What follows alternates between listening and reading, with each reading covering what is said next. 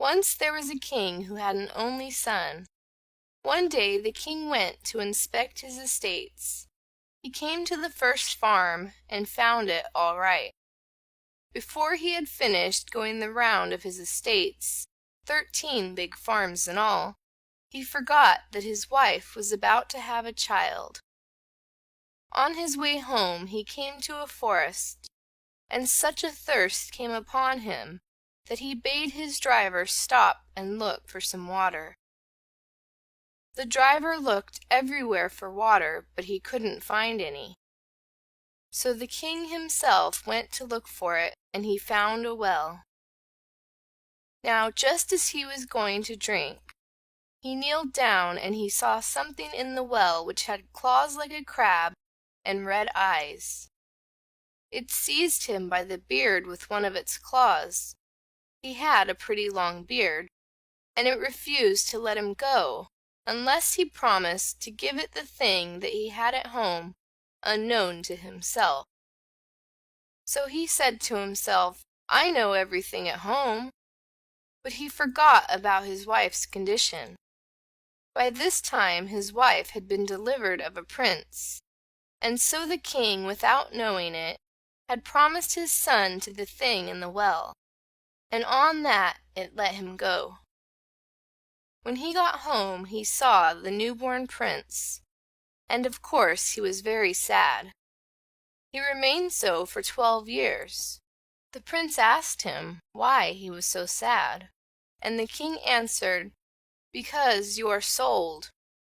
The prince told him not to worry about it. He would be able to help himself. The prince called for his horse and started out. He had been riding 5 days' journey from his home when he came to a lake. There he tethered his horse. He saw 13 ducks swimming on the lake, and there were 13 shifts lying on the bank. So he carried off one of the shifts and hid himself. When they saw this, 12 of the ducks flew away, but the 13th was running hither and thither, looking for her shift. So when he saw her running hither and thither looking for her shift, he came out of his hiding place.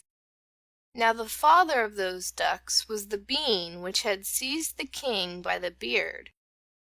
He was a sorcerer, and his name was Koyata. This girl was his youngest daughter, and she said to the prince, "Now I will give you a good counsel. You will save me, and I will save you. My father will set you a difficult task. I will perform it for you, but you must not let him know that I am helping you. Leave your horse here and hurry on to my father's. He will give you a lodging, and he will give you 3 days to consider over the task. You will be in your room alone, and in the evening I will come humming to your window. For I shall come to you in a bee's shape, because I can't come in any other way. And you must follow my advice. My father has 13 daughters, and we all resemble one another exactly, and we all wear the same sort of clothes. You will have to find out which is the youngest, but you will have no other means of recognizing me than by noticing a tiny fly under my left eye, so be very careful about it." So it was. The sorcerer called him in, and the 13 daughters were standing in a row.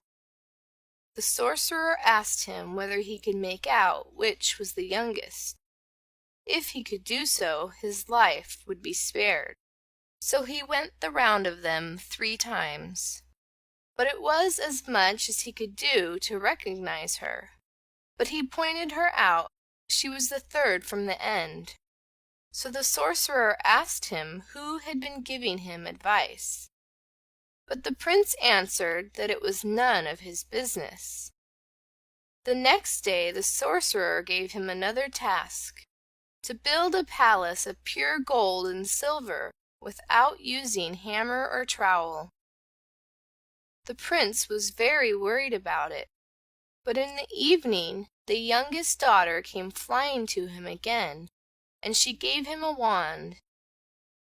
At a single stroke of the wand, the palace rose up ready built, and it was more perfect than the old one. In the morning he was strolling about the palace looking round him. When King Koyata saw him, he came up to him and stopped. "Who has given you this counsel?" he asked. The prince answered that it was the person who had given him the advice the time before. So the sorcerer set him the third task, and this time the daughter was not able to advise him. She came to him in the evening and said, "I have no other advice than for both of us to flee at once. Otherwise you will be lost, and I too." Now in the evening she turned herself into a horse, and he mounted her and rode as far as the lake.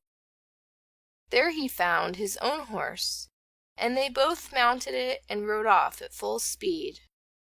Soon she heard a great noise behind her, so she turned herself into a church, and the prince became a monk. The sorcerer's apprentices were riding in pursuit of them.